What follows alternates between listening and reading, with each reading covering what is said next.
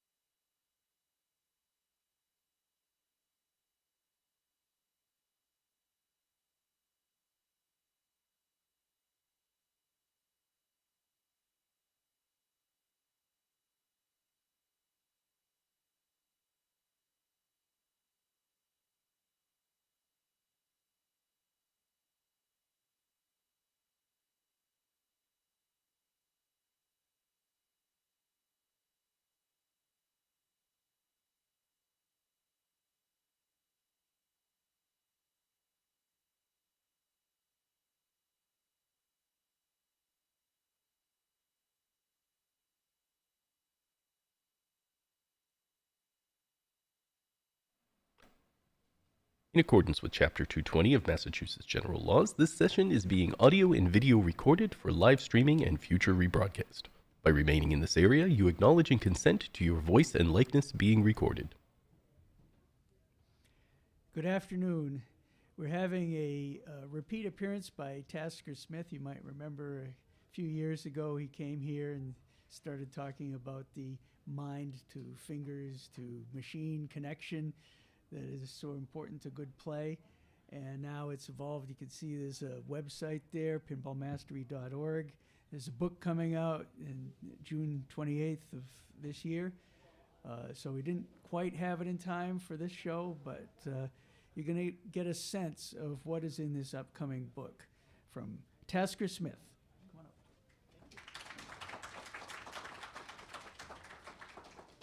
Thanks, everybody. Thank you for stepping away from pinball to come hear me reflect on pinball and having fun and boosting skills. I've been playing pinball probably since I was about 10. So 40 plus years of playing, and I think a lot about what it feels like to have fun playing pinball, but also how to develop skills. So my whole talk today is kind of is reflecting on some of those things, reflecting on some big ideas about how we can think about developing our skills and also integrating that with having fun while we play. So let's see if my slides are working here. So just thinking about this, stepping way, way back, if you think about on this chart, on the vertical axis, we're looking at sort of the quality of games. So I would say at the base level would be what I'd refer to as a stinker. So-so game, a decent game, a solid game, a great game.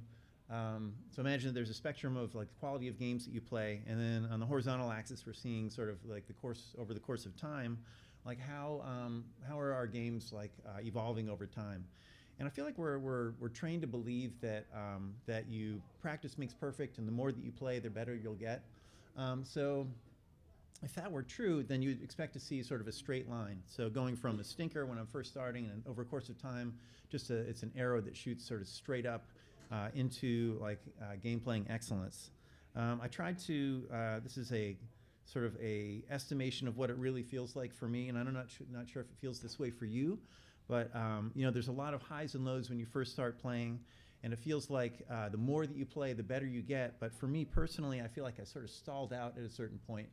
And so thinking about this, I just sort of stepped back and thinking about, you know, how do we break through the ruts that we experience as players? So I want to share some thoughts with you about that. So here we see a woman by the name of Carol Dweck, who sort of famously wrote about this experience of a growth mindset. She wrote this book called Mindset. And she distinguishes between two different ways of approaching something. One is having what she refers to as a fixed mindset, and one is as having a growth mindset. So a fixed mindset would be, you have the experience, and you probably have this, and you play with people, and they'll say, well, I just play pinball, but I'm just not very good at it. So that would be having a fixed mindset. Having a growth mindset would be more adopting this idea that I'm going to learn, and I'm going to play, and I'm going to develop skills, and I'm going to be looking for opportunities to learn more. And at every opportunity, I have an opportunity to get better and better and better. And so that would be what I would refer to as a growth mindset. The challenge becomes, and we'll look at this a little bit more, even if you have, like, philosophically, you think, yes, I've got a growth mindset, I can learn and be better, I still sort of, like, you get, at least I'll speak about myself, so I reached these plateaus where it feels like I'm just not advancing. And so despite my best efforts, I feel like I kind of returned to this point of having a little bit of a fixed mindset, in that I'm not advancing. Why am I not advancing? Maybe I've hit this point the best I can be. But I would argue, I hope that for all of us, like, we can kind of return to this place of having a growth mindset. So Carol Dweck is sort of one great thinker that I think about. Another person that I would sort of ask you to consider is this guy, Malcolm Gladwell. So he's famous for revisionist history podcasts, for a book called Tipping Point, and he also wrote this great book called Outliers, where he looked at people who were excellent in a lot of places in their life. So looking at athletes, looking at people in business, looking at all these different people, and identifying, you know, who are, what can we say about these people that excel in one craft or another. And he became famous for this idea, or he kind of popularized this idea that most people who experience, like, true mastery have been at it for about 10,000 hours. And so the suggestion would be, it sort of reinforces this idea of, like, yes, practice makes perfect. Over the course of time, eventually I reach, 10,000 hours and I become masterful, which would be great. But when I look back and I do the math for myself, if I've been playing for 45 years and I divide, 10,000 hours by 45 years, and then I, do all the math, it turns out if I play about a half an hour a day, or if I had played that each day over the course of those 45 years, I should be excellent, and I stand before you ranked, about 10,000th in the United States. So I don't know if that feels like a high number or a low number, but it's not like, in the way that Malcolm Gladwell talks about it, it's not, the 10,000 hours hasn't delivered me to super, mastery. So there's another guy that wrote a book, Anders Ericsson, who he disputed the 10,000 hours idea. So it's not just about practicing, and it's not just about the time that you put in, but he makes a strong argument for deliberate practice, right? So it's not enough that I just go and I'm going to play for a little bit for fun, and I'm going to practice and get a little bit better. He's very articulate about describing deliberate practice. So just for example, I don't know if did anyone come to Eric Stone's talk the other day? So he was diving into different things that you might practice and talked about this idea of, hey, one thing that you could do is you could practice doing a post pass from side to side. So that would be very definitely aligned with Anders Ericsson's with his idea of like deliberate practice. So I'm gonna approach this project. I'm gonna pay very close attention to it. I'm gonna exercise this thing. I'm gonna play until I can get 5 flips back and forth. I'm going to discover what I've learned. Maybe I'll reflect upon it, and I'll come back to it again, and I'll try and do it again. So that would be more of a deliberate approach. I like thinking about this guy. Everybody should look familiar to most people, Jerry Seinfeld. So thought to be sort of a master class of comedians. I'm not sure if that people feel that way or not, but certainly achieved great success. And people talk to him about.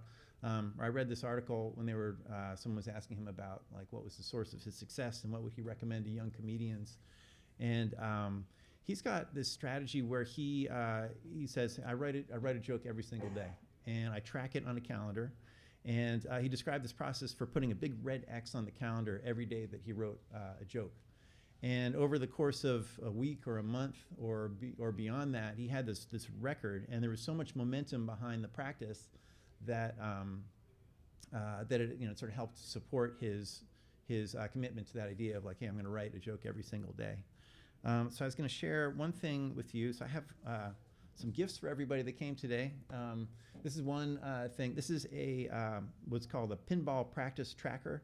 I'm really interested in this idea of like habit forming, and there's I actually saw something very much like this online, and so I mimicked it because I thought it was beautiful, and I customized it for pinball. But just imagine that if you want to adopt this practice of practicing every single day, this is one way that you might track that. So I actually at home have done it with just a regular calendar, but this is also kind of a way to kind of customize. If you said, hey, every single day I'm going to play every day, whatever. This is an opportunity to track 5 different behaviors. So it could be, hey, I'm going to play every day.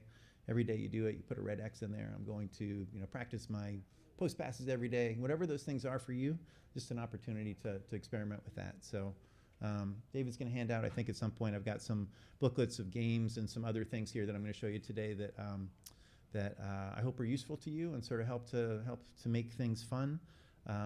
So that was sort of one idea that came from Jerry Seinfeld.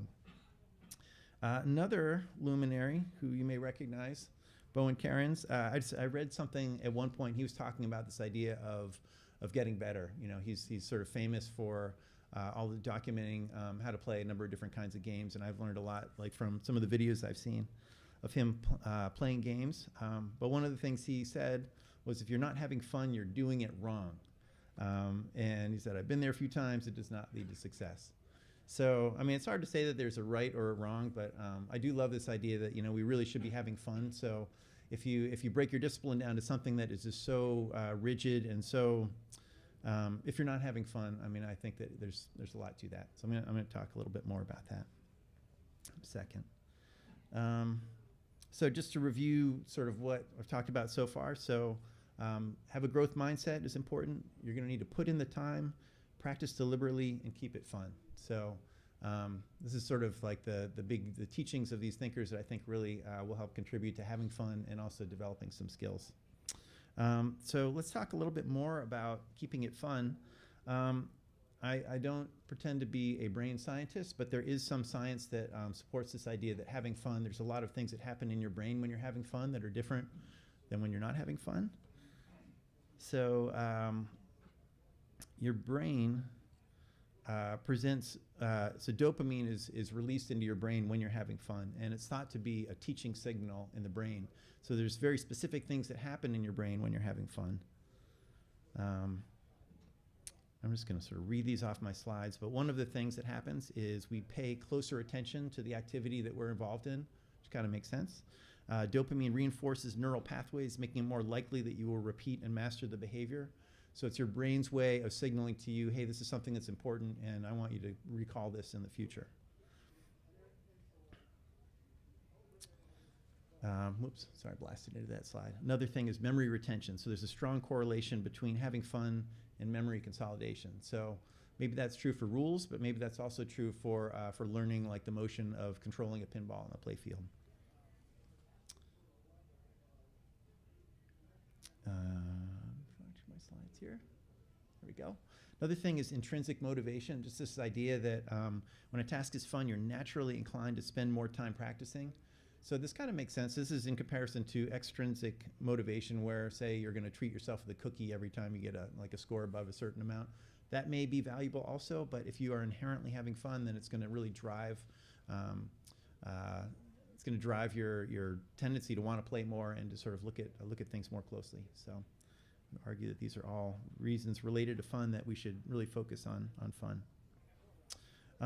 One last thing that I would say is that there's this relationship between risk-taking and having fun. So a fun environment reduces the fear of making mistakes and it encourages iterative testing and learning. So I suspect we've all had the experience of playing with someone who is really talented. And for me personally, I'll just describe my own experience, but sometimes you feel like you seize up a little bit and you don't want to feel like a fraud. You don't want to feel like you're revealing the fact that you aren't masterful in some way. So I like this idea that we can take risks, and if we're having fun together and playing a game, we can kind of release ourselves of that anxiety. So just an idea. I know that this is true. Different people have different experiences, but these are just some thoughts that might be useful. So one idea, I'm going to break down this idea of competence into 4 different categories, which I think are interesting, and I think these relate actually very, very closely to pinball. So imagine that there's 4 stages of competence. One is unconscious incompetence, so being unaware of a skill and your lack of proficiency. So I would say that that's sort of the thing. You don't know what you don't know. This is flipping both flippers at the same time. Excellent example. Another example for me is like, I don't know if you guys have experienced this, but the first time you observe somebody that allows the ball to just bounce off a flipper, so you have a dead flip, and you have this experience of like, oh my God, I didn't know that you could do that, or I didn't know that you could not do that, and this revelation happens. So that'd be an example of something that you don't know that you don't know. When you see it, it's like exciting, right? So you want to learn to be better. Conscious incompetence would be another phase, and I'd say I feel like I live in this realm a lot. So I've seen someone else do it, but I'm not yet able to execute on that. So I would say that like the practicing of the post passes was a good example of that at Eric's exercise the other day. So it's hard. You got to practice it in order to sort of get there. So you're aware of it, but you aren't yet capable of executing on it. The next category is conscious competence. So I know what I'm trying to do. I can accomplish it, but it takes a lot of effort, right? So you're really invested in it. And the final phase here of this kind of paradigm is unconscious competence. So this might be, where you've completely committed something to muscle memory. So for example, you see people do like a slap save or something where it's almost like it's so intuitive that it's sort of a part of their being. But I would argue that this is actually probably where I get stuck the most, because you get to a point, I think this is sort of like the realm of bad habits. So you learn something and you think, I got it, so I'm going to stop paying attention to it, but it's maybe not as masterful as it might be. So I would actually argue that for many activities, once you get into this realm of unconscious competence, you've actually slipped back into this area of unconscious incompetence where you think you got it, but maybe you don't really got it. But anyway, just reflecting on, there's different ways that we think about being competent and sort of developing skills. So I just want to talk a little bit about rut busting as an idea. Just this idea that I get stuck and I want to sort of get past it. I spent some time early on. I'll tell you a little bit about my writing project later, but I spent some time working with these guys. This place called the Greatness Labs, and it's like a sports psychology facility in I think they're in Woburn. But they work a lot with athletes to sort of get to this place where they get they get stuck, and they have a lot of different sort of strategies for getting them unstuck. One of their strategies, and I thought was sort of funny, is they have people perform a task that they're familiar with, but they would put ping pong balls between their fingers. So it sounds a little bit silly, but just imagine that you're doing this thing that you think you know perfectly, and it's enough of a distraction that it helps to kind of take you out of that moment, to sort of focus on it in a different way. One other strategy they have is putting like an orange under your neck while you're, or under your chin while you're trying to fulfill a task. Sounds a little maybe eccentric, this idea, but just imagine there's different ways you can think about how do I break out of this routine that I sort of seem to be stuck in. I love this sort of this illustration of Lyman Sheets, which is sort of famous. I didn't know him personally, but I just love that his unique pinball stance is so iconic. And I just would offer up to you that, you know, a lot of the being in a rut is just getting into such a familiar mode that you sort of stop being present in the moment. And so just to sort of throw out there a couple different stances. Imagine that there's one way that you might typically play the game. Some people like to lean forward, and some people like to stand back, you know, depending on your posture and sort of the way that you're playing and see what you're trying to execute over the course of a game. You know, there might be a number of different stances that you take. What I would argue is that, you know, there's really no one right stance because it depends on the game that you're playing and how you're playing it and what's happening on the play field. But just as a reflection, like it really, for me personally, it's like I learn the most, I think, when I'm being really active and really actively engaging the machine rather than just being a static player and minimally interacting with it. So whatever your personal style is, I would encourage you to kind of experiment. And what's fun about places like Pintastic is you walk around, you see 100 people, they're all probably playing the same game a little bit differently. So there's opportunities to learn a lot there. So another idea of just kind of breaking things up. I don't know if you all have tried this, but playing cross-handed is very difficult. You know, you could stage this as a game, but your brain does some funny things when you are unable to predictably, you know, sort of react in the way that you might be used to reacting, especially if it's a game that you know. So I just throw that out there as kind of a fun way to think about playing differently. I saw a webcast with Jack Danger where he talked a little bit about playing one-handed, which is another way to you're playing a game, maybe not exactly as intended to be played, but it forces you really to sort of to manage the ball differently, and it kind of forces more use of like bounce passes, just simply because you can't get to the ball fast enough. So I just sort of throw that out there as another way to kind of experiment and play with the game, sort of make it feel different.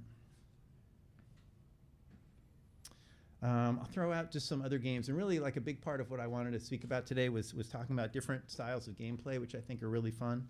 So imagine that you want to invest more heavily in learning rules. The Price is Right, I think, is a pretty fun variation of that. I'm not sure if everyone here has heard of this, but maybe you've heard of The Price is Right. So what you need to know about The Price is Right is that the end of The Price is Right, this is an old game show with Bob Barker, and at the end of it there would be a showcase showdown. And as part of this, two contestants would see a showcase, and they would have to guess how much the showcase costs. And so the idea was, if you're the closer to that price of the showcase, then you can win the showcase. But if you go over, then you lose. So the idea of Price is Right in pinball is that you would pick a score to shoot for on the game that you're playing, and you would cover the back glass either with paper or the towel.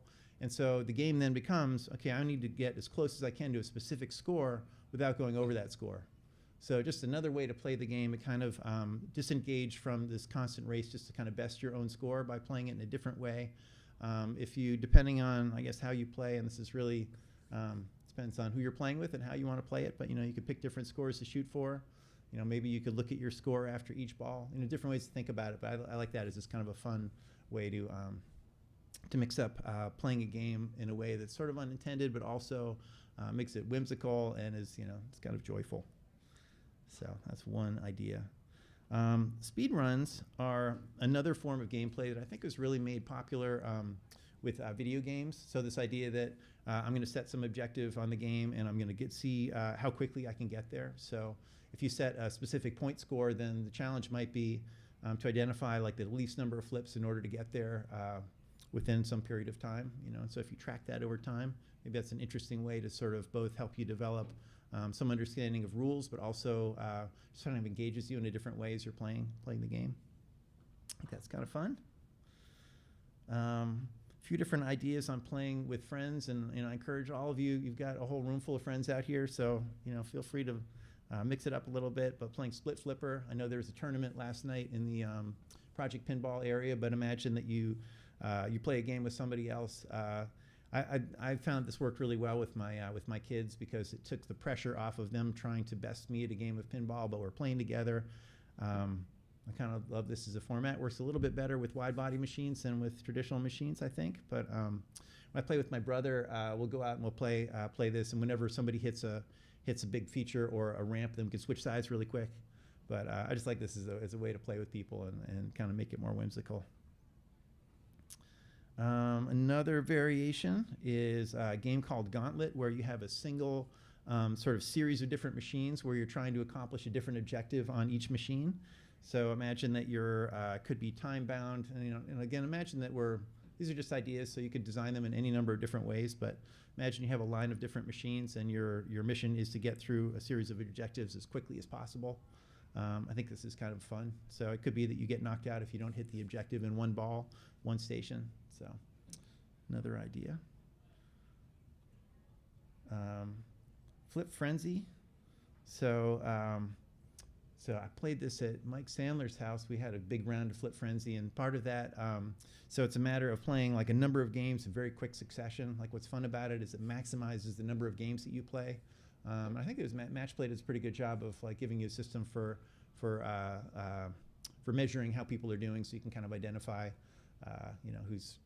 who's performing well over the course of it. But another kind of format, and again, I really think the thing, like for me personally, I freeze up. I tend to freeze up a lot when I'm just playing for points, and I'm just playing for, like kind of a standard format. So mixing these things up, I think, makes it a little bit more fluid and a little bit more playful. Stall ball is another variation where you're playing a game and there's a specific objective on the game where if the ball gets hung up and you're sort of waiting for some phase of gameplay to happen, then you switch out to the next person that plays. If you are the person that jumps up to the machine and you lose the ball before stalling it in that objective, then you are then out of the competition. So you work your way through until you have one final person standing. Another variation, which is kind of fun. Two flip. Mike, this might be your creation. Do you think that's possible? It was one flip. I just doubled it. Okay, Mike doubled it. So imagine similar to Gauntlet, it's like a series of people playing the same game, and you get in for get two flips, and you jump out of the way, and someone else jumps in. So again, another like sort of high energy way to kind of interact with people and have fun. So like these. Another one, I spent some time speaking with John Reuter. I hope I got his name right. I don't know if you guys know him, but John Reuter lives in Maine, and he spent a lot of time thinking and creating. I believe that he's the right person to credit with pin golf, but he claims he invented it. But he's a very creative person, and what his challenge, I think, is he spent a lot of time trying to design games that people of different skill levels can play together and have fun playing together. And so I think this is one of his ways of doing that. And what I like about this one also is this one's not entirely time bound. So you'll find in the booklets that David is handing out, there's a scorecard for pin golf if you wanted to play around with that here. But there are, imagine that for any number of machines, you design some objective that you're trying to accomplish. Maybe it's a point score, maybe it is an objective on the play field. And if you can achieve that objective in one ball, then you get a hole in one. If it's in two balls, you get a hole in two, three, etc. But sort of a nice variation on like, hey, I'm going to play a game with objectives rather than getting too wound up on the score. Unless, of course, the score is your objective, in which case you can get bound up on that score. But another way to kind of think about like a fun way to interact with the game. Another one is pinball bingo. Some people would call this pingo. I have in your sheet, your booklets here also, you'll see there's different scorecards that are scrambled up in different ways. But the idea here would be that you have, you play 4 people on a game. You have a number of different objectives that are maybe torn from the sheet and put in a hat, and then the objective on each ball is to sort of accomplish that objective. If you accomplish the objective, then you cross off a square on your sheet. The goal being, of course, to get a bingo or a pingo. So again, another variation, which is kind of fun. And I think they played this in the Bells and Chimes. They had kind of some sheets in they were playing over the past couple days. So it sounded like that was fun. Yeah, I brought about, I think, 40 of those. If anybody doesn't walk away with one, I have some more up front here. I have, I'll talk a little bit about my book later, but on my website, I'm going to have all these sheets so you can download them freely, and please feel free to share them.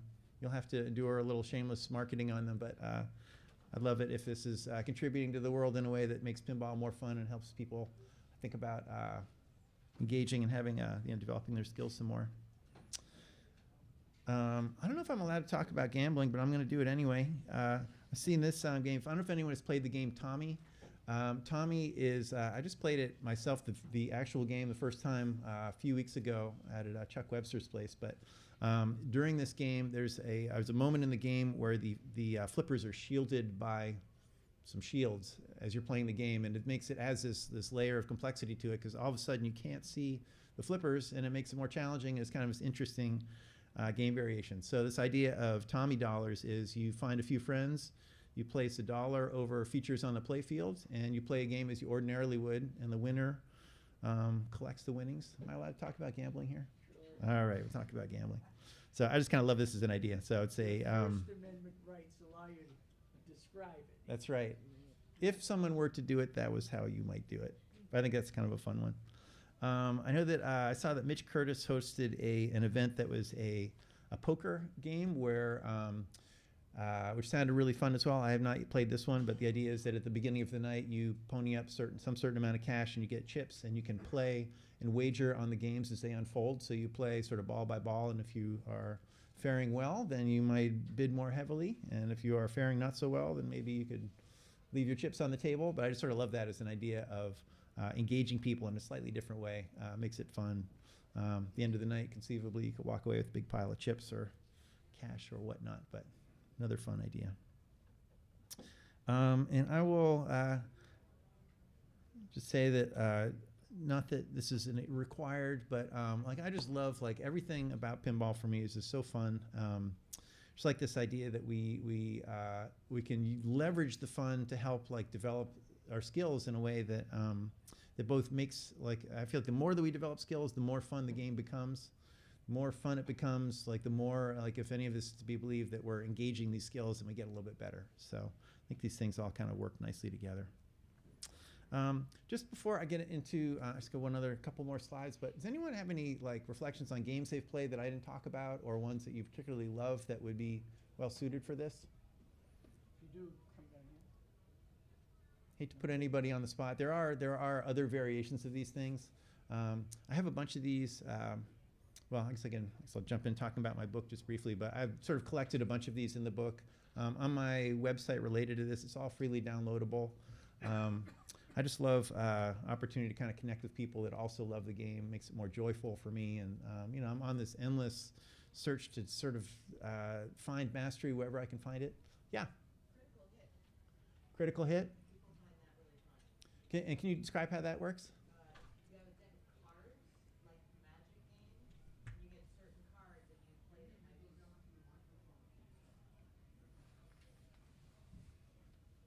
Be a pause while we get the card deck arranged. Has anybody played Critical Hit?